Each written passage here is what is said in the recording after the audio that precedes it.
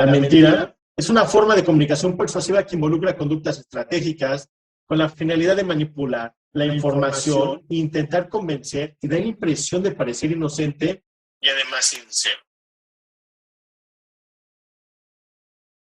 Bloquear la memoria automática, crear una historia que suene verosímil, memorizarla y en general realizar multitareas que producen una sobrecarga cognitiva.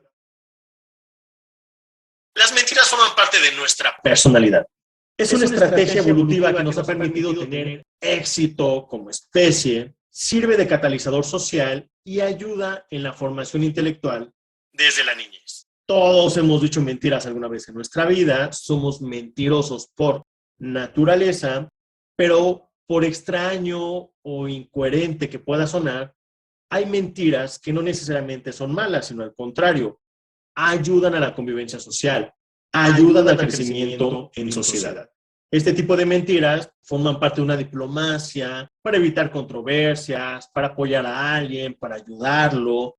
El ser brutalmente honesto, el directamente sincero, pues por supuesto puede generar conflictos, confusiones, dañar susceptibilidades, pero este tipo de mentiras nos ayudan. De esta manera puedo identificar estas mentiras adaptativas, psicológicas, sociales, diplomáticas y otro tipo de mentiras en el cual se intenta ocultar, tergiversar, exagerar, con la intención de ¿qué? Evitar ciertas consecuencias, las cuales pueden ser derivadas de alguna conducta antisocial o de la comisión de algún delito. Cuando alguien miente, cuando alguien dice algo diferente a lo que sabe, cree o piensa, y se quiere salir con la suya, tendrá entonces que dominar tres esferas: la conductual, la cognitiva y la emocional. La emocional, quizá la más complicada de ocultar. Cuando desplazamos conductas indebidas, puede haber culpa. Cuando sabemos que podrían descubrirnos, entonces habrá miedo o angustia, preocupación. La otra es la conductual, en el que se tiene que asumir cómo se ve una persona que habla con la verdad. Además de nuestro lenguaje, queremos vernos convincentes y persuasivos. Y pensaremos dónde se colocan las piernas, los brazos, el tronco. Por último, la cognitiva. Es decir, un relato lógico, cronológico, una coartada, en el que se puede llegar incluso hasta asumir qué me van a preguntar y qué deberé de responder.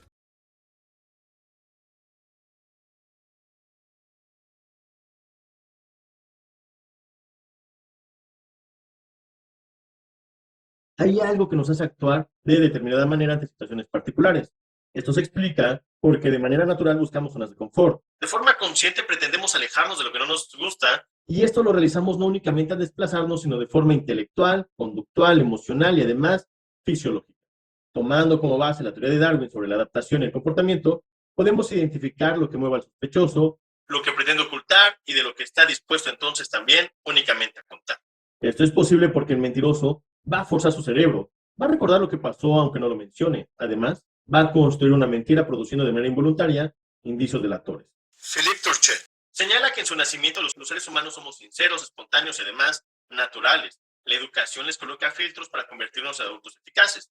De cierta forma, en la practicidad de las interacciones humanas, nos habituamos a simular, a esconder, ya sean episodios de la vida, parte de nuestro cuerpo, pero sobre todo las emociones. Estas emociones que ante los ojos de los demás nos harían ver quizá como débiles. Nos encontramos en una sociedad que admira más a la persona sobria y segura que a aquel sensible y sincero. Respetamos y seguimos a los sujetos que se asemejan más a un robot frío y sin emociones que al humano emocional que esperamos racionalice. Dichos patrones de conducta nos hacen entender las intenciones de una persona que decide, primero, realizar una acción indebida, es decir, una conducta prohibitiva. Segundo, va a querer ocultar dicha conducta para evitar consecuencias. En ambos casos, la conciencia jugará un papel sumamente importante, ya que si esta acción indebida no representa nada en el sujeto, es decir, no aparecen emociones, no se arrepiente, no siente culpa, no siente remordimiento, va a ser más complicado que se detecte la mentira. De igual forma, con aquella persona que planeó la mentira, será más difícil cuando alguien la planea que cuando surge de forma espontánea el decidir negar algo. Pero en la normalidad de las personas, sí hay una imposibilidad de alejarse de eventos que nos confrontan. Utilizamos ciertos movimientos y procedimientos cognitivos para calmarnos. Esto produce cambios en nosotros que en ocasiones no somos capaces de concientizar, y aún en caso de intentar hacerlo, no seremos capaces de controlar. El mentiroso Pretende dar un discurso creíble y en sus posibilidades y habilidades memorísticas expresarse con algún sentido. Claro, está buscando un sentido racional, aunque no necesariamente sea lógico. Ubiquemos entonces que las mentiras, al ser creadas de la imaginación, se presentan de experiencias internas, no existen, mientras que las verdades encuentran su origen externo al ser percibidas de una realidad presencial. Las vivimos, hay una huella contextual, hay una huella porque sí experimentamos ese evento, lo que significa que el veraz actuará movido sobre intenciones diferentes del mentiroso. Este último necesita concentrarse para ocultar y además ya entra en la necesidad de construir para convencer, utilizando con ello también mayores recursos de su organismo. Ahora, algunos métodos para la detección de la mentira que podemos mencionar que han sido estandarizados y que además podríamos ubicar como confiables en las investigaciones sería técnicas psicofisiológicas, indicadores conductuales y el análisis contenido verbal o por escrito de los textos. La primera, técnicas psicofisiológicas a través de instrumentos de medición ante cambios fisiológicos. Se presenta un estímulo, normalmente una pregunta, y observamos la reacción. Los neurotransmisores modifican el sistema nervioso autónomo. En caso de que se presente, se da porque el sujeto se centra en la pregunta que le genera mayor atención. Y esta atención viene normalmente de la preocupación. Para ello se podría utilizar el polígrafo. El otro indicador serían los conductuales. El análisis de la comunicación no verbal, la kinesis o cinesis, y técnicas para identificar movimientos y posturas como la sinergología. Y por último, el análisis de contenido verbal o por escrito. Como ejemplo tenemos el scan, en el cual se hace un análisis para observar qué verbos utilizó, qué adverbios, en qué orden, qué está diciendo, pero sobre todo cómo lo dice y qué es lo que no quiere mencionar. Ahora, cuando alguien miente, centra su atención de forma más específica a aquellos estímulos que son más complejos. Ello le quita naturalidad y se logran apreciar signos delatores. Todos actuamos ante estímulos de la vida movidos por algo. Si ese algo es el ocultamiento, falsear, tergiversar, mentir o engañar, se puede observar. Por supuesto, para el éxito de la detección del engaño se requiere preparación, conocimiento, objetividad y sobre todo saber observar y escuchar. Establecer el lugar correcto en donde se analizará también la información. Ahora, el mentiroso intenta actuar. Quizá fijó un plan, decidió cómo y qué decir, además de lo que cree, debe ocultar, pero mientras se concentra para intentar no ser descubierto, su postura y movimientos serán torpes.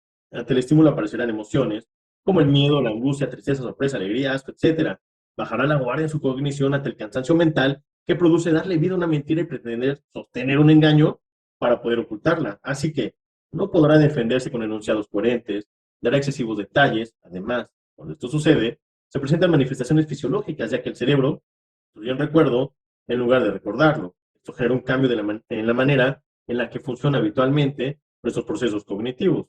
¿Es posible la detección de la mentira?